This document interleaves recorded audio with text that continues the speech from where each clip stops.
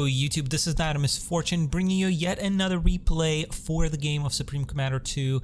This time we have again a round 4 match. I want to apologize for not bringing you these videos for the past 2 weeks basically. I'm going to try and do 3 of them this week to make up. So go ahead and watch my other video between Bluetrain and Foxtermelon. Wow, I totally blanked there for a second. But that's because I'm focusing on this wonderful match, which is, as you can see, on the Horne Core, a map that don't think we even saw in any of my replays before. Could be forgetting. Doesn't look good for Van Horn right now. Picked about 20% of the time, less than 20% of the time. Banned 45% of the time. And Cybern getting picked 75%. Aeon 25%, no UEF, which is very strange considering that this could be considered an air map. So again, I would love to see some UEF play on these maps because I do think UEF does have potential. Even if the air of your opponents is technically stronger, I think it does have potential. Regardless of that, we have a 100% win rate for Cybern. Now, there's only 2 matches, so, you know, you make that whatever you want. There's 2 Cybern mirrors, obviously, so, you know, whatever. Let's go ahead and jump into the game. It's still early data, so, but I did want to start showing you these maps just out of curiosity. So, pause at 5 seconds, game speed 5, just because this is a bigger map and it's gonna probably go longer. So let's go ahead and unpause in 3, 2, 1, go. Let's introduce our players. In the bottom right, or on the right, I guess, we have our blue Cybern commander, Rainbows and Unicorns, who's going her air strats again, as always. Now, some of you may say that, you know, I've been casting Rainbows a lot. I've been casting Mogin a lot. I've been casting whoever a lot.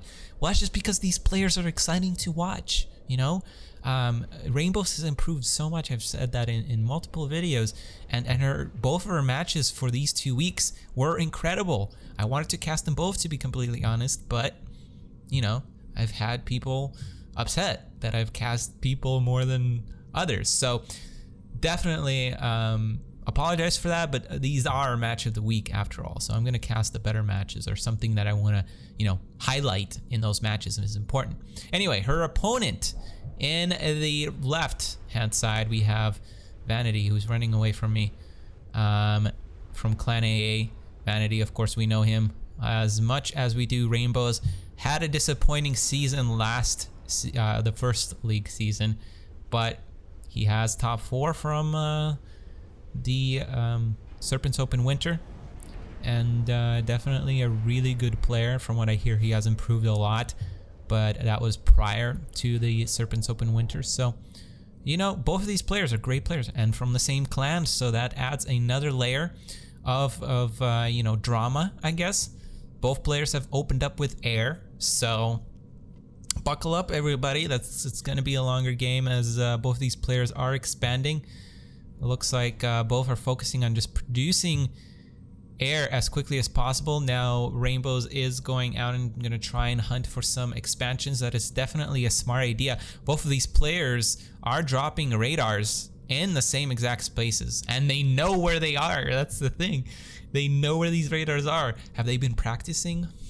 I wonder what the question is. Let me know down in the description what you think. The answer is yes, they've been practicing together.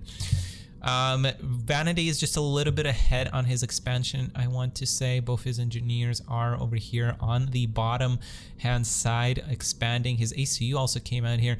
Now, I am not a huge proponent of getting anti-air factories or anti-air towers in this case, especially when you don't have land. Neither player has land, rather, because of this. Now Rainbows has 3 air factories while Vanady has only 2, and that's definitely going to be a big factor here. That's a lot of mass for Vanady though, so that's going to be important for him. So just a very close game so far. You know, this mass really needs to be reclaimed. He set an attack pattern with his engineer, but that's not how you reclaim. Oh no, it is. Wow, I thought only patrols worked for that. Well, I'm learning every day as well. Massive row of energy generators. Not sure what the point is of that just yet, because we are still technically mid to early game, I would say. But these research stations do mean that we're going to transition into that mid game for sure. Now, Rainbows is choosing to go into spam while Vanady is choosing to go into research, and we're going to have this classic research numbers versus quality type game here. Now, normally I would say it's good to go research, but you just see Vanady's air just have a very bad engagement there, and now that research is not going to do much. Research is definitely can make it easier for you to come back, but if Rainbows uses her air well, which she is, it should be very, very straightforward for Rainbows from here on out. There's a lot of anti-air, but there's no planes at this point. Just 2 came out right now. Actually, there's 2 more here, but that's just an incredible amount of air. And again, I think Rainbows could probably snipe here if she really wanted. This expansion is effectively shut down. Rainbows, Vanady, you shouldn't even be doing this at this point, because that's gonna take 2 passes to bomb all of this mass away if she micros properly. But Rainbows is not expanding anymore, so she's gone full on spam. Now she's going that research. Probably would choose to go a little early into research, but you know, this is definitely more of a spam build, and it looks like she's having troubles with some mass, probably. Maybe energy, maybe a little bit of both, but she does want to get some research. I'm not sure why she still has it paused. It's definitely mass. She's expanding in mass now. And we see shield generators come out from Vanady, which will actually help him survive for a little longer, because planes won't really break through that. If he gets adapters, that will make it even harder. But unfortunately, right now, there's just there's actually a lot of anti-air. So maybe this is gonna help Vanady hold on here. So let's see if he can transition into that late game and get some artillery structures. It would be very, very useful. But the problem is that Rainbows has kind of realized that her opponent is going turtle mode, and she's plopping down quite a bit of research herself, so that's gonna catch her up quite quickly. She has, I believe, twice the amount of research stations, and we do see that first artillery station coming out for Vanady, so that is definitely going to be good. Let's see if he pauses it or decides to shoot right away. Nope, he's going to shoot. He's not going to... Actually, wow, that is actually a very nice play. Did you see that? It's the little things like that really make you stand out. Really great. He unpaused it just for it to rotate, and then paused it right before his shot, so that he gets the most time saved. Usually you want to wait for 3 artillery pieces before you go shooting at your opponent, just to preserve that surprise, and 3 artillery is deemed as the most you know, as enough DPS to start shooting. The problem is Rainbow somehow on her economy, oh, she still has her air factories paused. That makes sense. Where's the rest of her air? Did the air die? Oh wow, the air died. Now she's doing such a great job.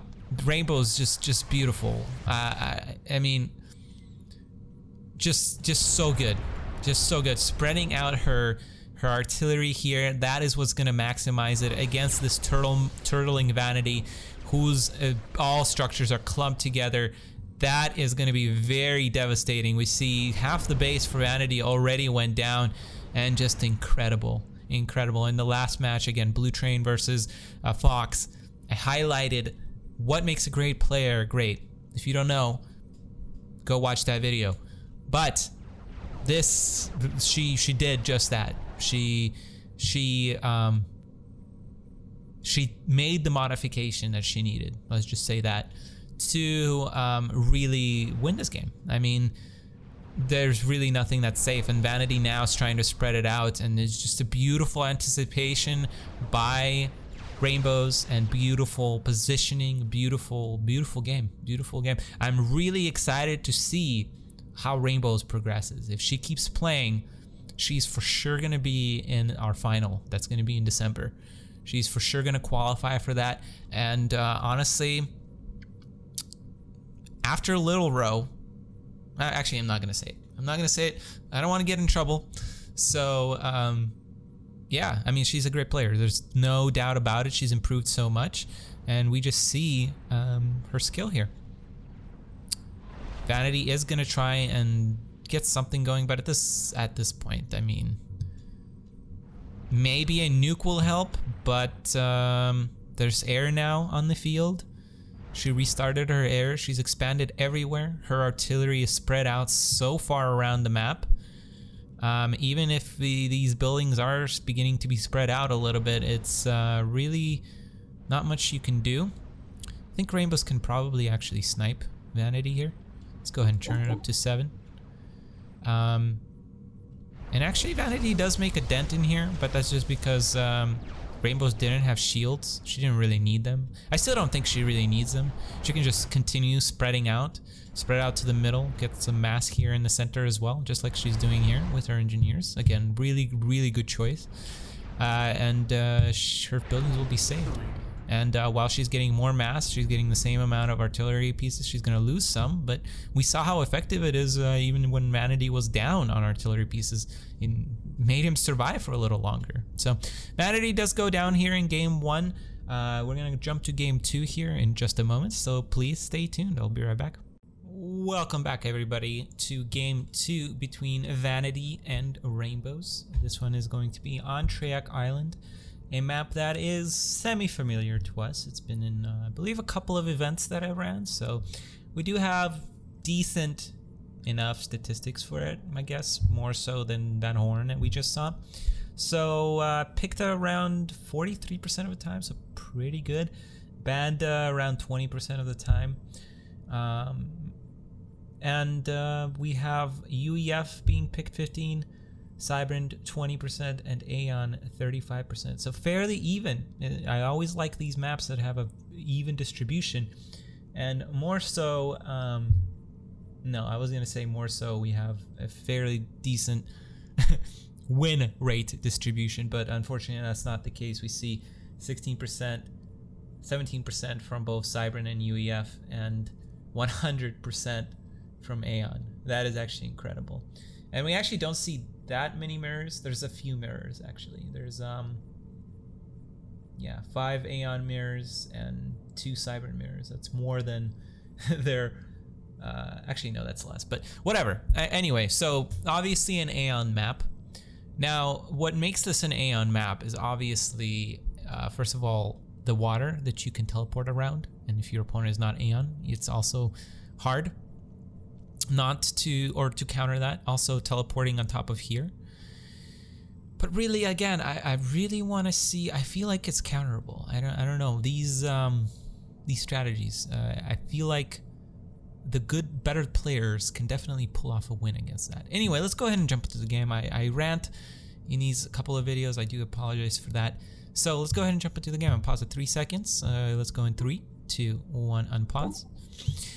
And let's introduce our players. On the bottom left-hand corner, we have our blue Aeon commander with the name of AA, or Rainbows and Unicorns. She is going 1 air factory, as we have seen her do many, many times in the recent months. So, yep, and not a bad choice on this map, honestly. Like I said, all of these maps are fairly air heavy. So, her opponent in the top right, we have our teal Aeon commander, so an Aeon mirror. So I guess pretty even game. We have AA Vanady. Like I said, great players. Both of these players are just incredible. And looks like a scout from Rainbows. Now, this is what I like to see. I always point this out, is that when you see your opponent going air, you really don't need to keep your scout going forward. That's just the way to lose the air. Unfortunately, he's going to miss Rainbows' air, but usually you can pick off your opponent's air scout. So that's just an easy way to go up in air. Both of these players, curiously enough, again, similarities in style, I guess. You know, it's like these players have been playing with each other. It's like they're from the same clan. Are non-going second air factory, which on this map, I actually tend to agree. But at that point, you have to question yourself, why are you going air in the first place? But on this map, like I said before, those transports, it's not just about teleporting on top of these hills. It's also about transports that are coming on top of these hills. So I guess in essence, a little bit of air is a good idea, because if Vanady, and I've seen him do it before, switch. Any player can switch. I'm just saying Vanady has done it. Any player can switch into transports and just transport some mobile missile launchers on top of those hills, and that's very, very deadly, because a lot of these mass points are fairly close. And the reason why I say I think that's counterable is because going teleport is so expensive. Going transports is so expensive. So if you find a way to counter it, effectively counter it, you are in a very good position. If you don't expand here or here and let yourself be positioned kind of in an arc around here, these hills don't even matter anymore. So I would love to see that being experimented. I think a lot of these maps, you know, I've been back to this game and probably not that long, but it's easy to see a repetition in style. That's why I have my certain outlooks on what is a good game and what's not. Maybe it's a bit different from most people's, is because I think a lot of these players are doing the exact same thing on all of these maps, and that's not how you want to do it. A lot of people are telling me, why are we playing this map? Why are we playing this map? It doesn't make any sense. And yes, for some maps like Mark and Bridge, I start to agree with you guys. But I think that a lot of it has to still be experimented. And there's a lot of things that I haven't seen done by players. And I know they're good ideas because on this map, the thing that I just pointed out, people are doing anyway. They're expanding here. And it's a lot of mass here. So, you know, it's just an idea, and I think people do this general build. Now, of course, it wouldn't be called the meta if it wasn't, but I know that some of these metas are not as good on some of these maps. So what are we going to do? I think there's a lot of experimentation to be done, and I love innovation. I love players that innovate new styles, even if they don't work. I love it when they show that off. So I think all of us do. All of us want to win too, but anyway, what do we see here? We see a mobile or a stationary missile launcher coming out from Rainbows. She's done this a couple of times against me. Not a fan, not a fan to be on the receiving end, but that is definitely a great play here. Now, Vanady did go slip tax, and these freaking Aeon names, slip tax, like what? And then there's like Crocmouse and Archinows and no Urchinows, Archmaws. I don't know. They're just nonsensical. Some of them make sense, like the We Do Both. Definitely makes sense. Now there's another air factory going down here for Vanady. Not sure. Like always, the way I approach casting is, what is the reason why a player is doing this? What is the reason that a player could have to go air at this point? This map is so easily protected against air because of all of these close positions. That's another reason why I think going here and not really bothering with the center too much, it could be a good idea. Of course, you always risk yourself for losing the center, but there are ways to counter it. I'm not going to give you all the answers, but there are ways to counter it. There are ways to account for that. It's gonna make you deviate from those 3-fac land rush openings, but there are ways to deviate from this. So, or there are ways of dealing with all these things. And on this map, okay, well, what does taking the center really give you? You have to ask yourself, what does it really give you? Well, I mean, on all maps, taking the center is pretty good. But why on this map in particular? Ask yourself these questions. Why are you doing something? Why are you going P shields? And why aren't P shields working? Well, the reason why your P shields aren't working are because you have nothing else. If you have 100 P shields and one freaking tank in that mix, that tank is not going to do anything against an army of 10 tanks. Okay, maybe not against an army of 10 tanks, but if you have an army of 100 P shields, your opponent's gonna have a little more than 10 tanks. Anyway, we see a very interesting here, Urchma finally coming out. Definitely not, I don't see this a lot of times. And the reason why I like this map is because I see a lot of this. Players start going into experimentals on this map, and it becomes very, very interesting. Urchmas become a possibility. Now, people don't go Urchmas. People don't realize that on this map it's actually good. Well, why is it good? Again, I'm preaching to, I don't know, 2 viewers here, but why are Urchmas good on this map? Well, it's because they can't be flanked. Urchma's weakness is flanking. And also it's low radius, but you know, on this map it's a little better. I'm not gonna say Urchmas are suddenly incredible, especially when you put them up in front like Vanady is doing here.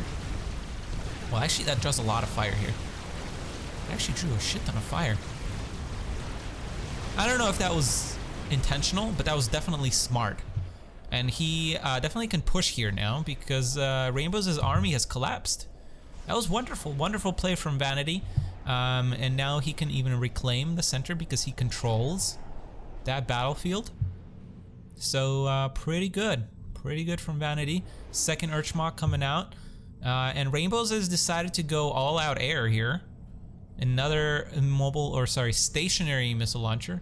An air engagement here. That's not going to be good for Rainbows. It's going to end up losing her air again. When you're on the back foot, you really have to fight over your own turf. There's really no point in flying out that far. A lot of energy generators. Vanady is doing this crazy stuff with energy generators. I mean, it is 17th minute, I guess. Vanady can really, I think, push this out at this point. Because he does have a pretty powerful army. Where's that second Urchma? Oh no, that was his second one because the first one did manage to fall here. Now he's not reclaiming the center. That would really be really good for him. Why is Rainbow's re-engaging here? She does not have enough air. Yeah, I'm not really sure. So Rainbow's does end up control K-ing here. And I will ask this question one more time. You have to ask yourself, why are you doing something? What was the point of switching to air in this situation? Is your opponent going a lot of air? No, you've just seen him having an Urchma come out. So obviously an air spam is not really much of a concern. Is your opponent going transports? Is your opponent flanking you with mobile missile launchers? No, none of those were yes. Can you maybe harass your opponent by having a lot of air? Yes, that's true on a lot of maps, but on this map in particular, like I said, because of those close quarters, you can't really do much. Your opponent can cover themselves. So a little too late on the switch, and the switch I don't think was justified here. So, and again, Rainbows, you watched my last video. Thank you very much for commenting actually on that video. Yes, in that game, I guess it made sense what you did, but feel free to comment on this one as well. Maybe I didn't see something you did. And again, this isn't me being hard on players. I just think a lot of players can improve. And I think Rainbows is actually one of those people that has been watching my videos, I think. And I think that's why she has improved so much. I think she realized where she could be a little better. She realized what she could be missing. And a lot of it is, you know, your understanding of the game. And that's why you have to ask these questions of yourself. Anyway, let's jump to the standings. We have 4 rounds worth of data now. So we have solidification. I'm not happy with this table for a couple of reasons. You know, we do see Foxtermelon undefeated. Incredible. I mean, holy crap. I'm really looking forward to him playing Vanady and Moggen. That will just be incredible games. I will probably cast those no matter what. So be on the lookout for that. Rainbows and Vanady, top 2. The Rainbow splitting the 3rd place with Moggen, but Vanady is in that 2nd place. Now, he was 2nd place in the early rounds last season too, and then he very rapidly fell. Now, he did have some issues with personal life and whatnot, But let's see if he can stay on top. He's been so far really great. No losses, undefeated so far. One of 2 players actually, in fact. And then we see surprising Hope dropping out of the top 4. He actually didn't play one of those matches, but he tied a lot of them as well. So, and then Soul Ripper, Fortuna. I think this is, again, a great matchup. And then at the bottom we see Valor, JUX, Bolt, and JP. Now, I will say that JP, I think, does not deserve to be on the bottom spot. I've watched his matches, and if you're watching this, JP, I think you were very unlucky in those matches. You were playing good players too, but you definitely have some skill. Everybody here has some skill. I watched all of your games, and you guys have skill. It's just making that one decision that will, changing into air when you don't know why you're changing into air can really make or break your game. Who knew, right? Who knew? Simple stuff. It's simple stuff all the time. And I'm like, I was watching JP play and I was like, oh my God, that's so frustrating. But it really is just one mistake that he did. And once you improve one mistake a week, you can really become better. And Rainbows is a testament to that theory, I guess. So my point is, shameless plug, keep watching my videos. If you've enjoyed my video, like and subscribe, do all the things. I'm hoping to reach 100 subscribers by the end of May. That's ambitious, but I don't think it's out of the realm of possibility. So share with your friends. I don't do just Supreme Commander 2, so let me know what you think about my other videos, and I will keep bringing you great content, because at the end of the day, if you motivate me enough, guys, I will keep bringing you stuff. So yes, do that. Submit replays to my Discord server. It's not the OSS server. It's my personal Discord. If you want your replays cast, then support me. So go to the Discord and you can submit them there. Yeah, again, thanks very much for watching, and I'm really looking forward to how this league plays out. Peace, everybody.